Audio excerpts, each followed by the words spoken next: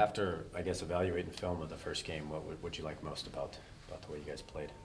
You know, I mean, we flew around to the ball. Obviously, there's a lot of things to clean up, but you know, we played physical up front. We got the 2 takeaways, which were huge, and then the guys just kept playing. They didn't blink an eye, you know, and because it was kind of tough, you know. Our first games are always tough. You don't know what they're gonna do. You practice a whole bunch of plays, and we were kind of joking, like, you know, we practiced a whole bunch of stuff that we thought we were gonna see that, but we didn't see, but we banked that now. But, you know, I was just proud that, you know, obviously the result, you know, to get the win, and then the guys played hard, they played fast, we got 2 takeaways, and then one of those was on like a sudden change, you know, because we talk about that, making sure that, you know, it doesn't matter. Sometimes things will happen on the offensive side of the ball, but we go out there, and then we got to have a sudden change and take the ball away. Thomas comes away with, I think he had 7 pressures. It was close to the national lead this week. Just what did you like from him, from what you saw on tape? Again, yeah, so with him, just his twitch, you know, and I think he got a sack or half a sack, whatever that was, but he just has some tremendous twitch, you know, and able to create chaos there in the backfield, you know, just him getting upfield on stuff. So we're going to be looking forward to a lot of that with him, you know, still playing stout with his technique, but he's slippery getting through the offensive line. For a guy to do that on the interior, for you guys especially, just how impactful is that?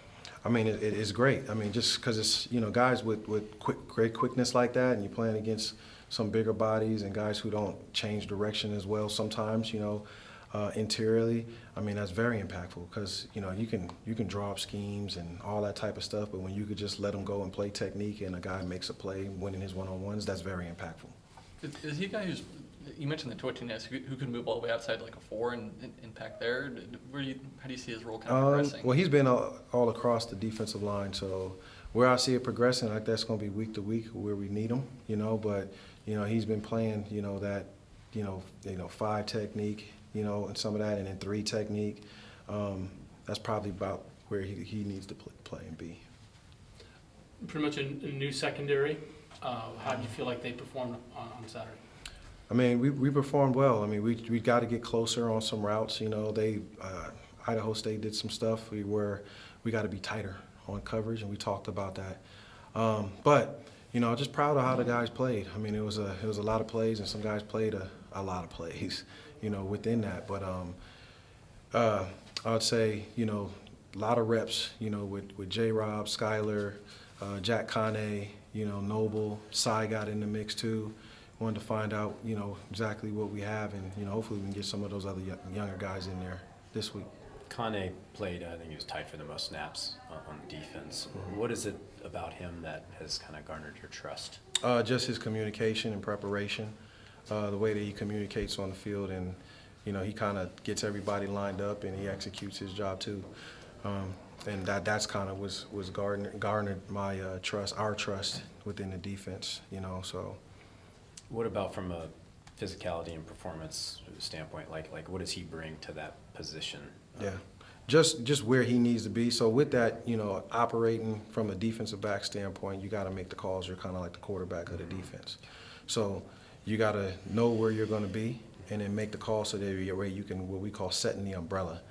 And then from just his skill set standpoint, I mean, just him lining up and doing his job, you know, because that's a big thing of just the trustworthiness of guys just, you know what to do, but then now you got to actually do it. Yeah. So. And probably a lot of film study, right? Yeah, you know, I mean, he's smart. He's always calling things out, and you can hear him back there talking about, you know, alignments, alerting emotions, and then you got to get yourself in position to play. I don't know if you know much about his journey, but he was a walk-on, obviously, and spent his time with special teams, paid his dues. Like, it takes a lot to get where he's from, coming from where he's from. Like, how would you just describe his, you know, what he, from that standpoint? I mean, he's persevered. You know, I mean, you know, you got the Bolitnikoff winner out there, Mike Hass, who was one of those guys, and that's been in this program for a long time. You know, with guys just working their way through Catan, you know, stuff like that. So anyhow, I just think that he's persevered a lot, and it's a testament to him, you know, him earning a scholarship as well, you know, because he got that, just him being dependable and accountable.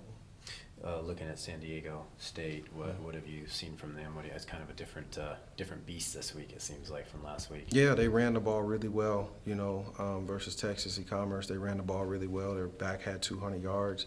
They got really good skill on the outside, a freshman quarterback, and they got very athletic tight ends.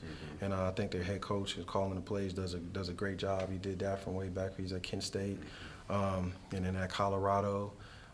So they got a lot of tools, and then, you know, it kind of some of which is the same, but they got better athletes, and no knock to Idaho State, but they got, you know, some guys who can run, who can you know, break tackles in the running back, you know, and pretty shifty there. And you know, it's going to be a great challenge for us that we're up for, and we keep pressing our guys as we, you know, at each week that we got to get better, and the biggest growth between week 1 and week 2.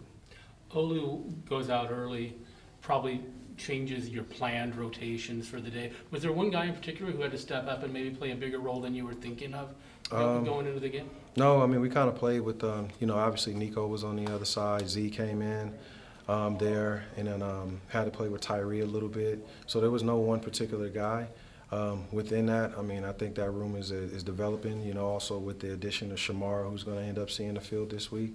So, you know, unfortunately, he got nicked up a little bit, and you know, couldn't play because we look forward to him setting edges in his pass rush, but we got other guys behind him that are ready to roll, and, you know, it's just the next man up mentality. And we talked in training camp about Kobe coming in late and having to knock some rust off.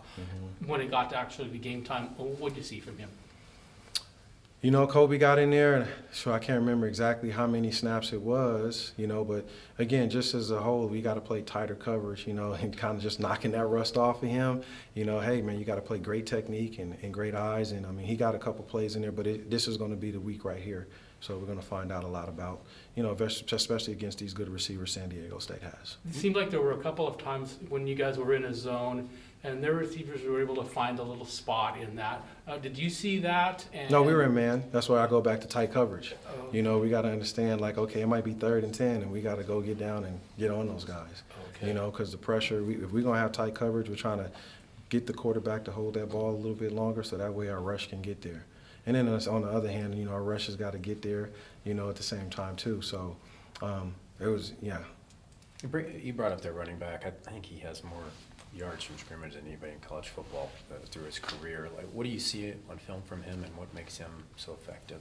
Yeah, he just runs. He's tough, you know, and then he does some really good, has a really good spin move, some jump cuts, stuff like that. But he's physical, and he'll run downhill on you. And they run all the different run schemes in there to keep you honest up front. But you know, even watching some of the stuff when he was at Kent State and then transferring over there, I mean, he's a tough physical runner.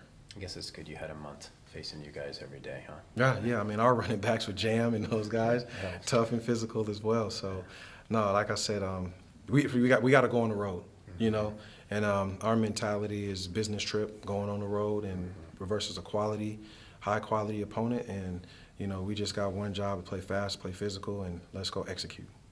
With you guys missing Isaiah for the first half because of the targeting penalty, how do you kind of foresee just kind of coping with that? Yeah, I mean, we got some young guys, you know, there too, so might move around Melvin a little bit.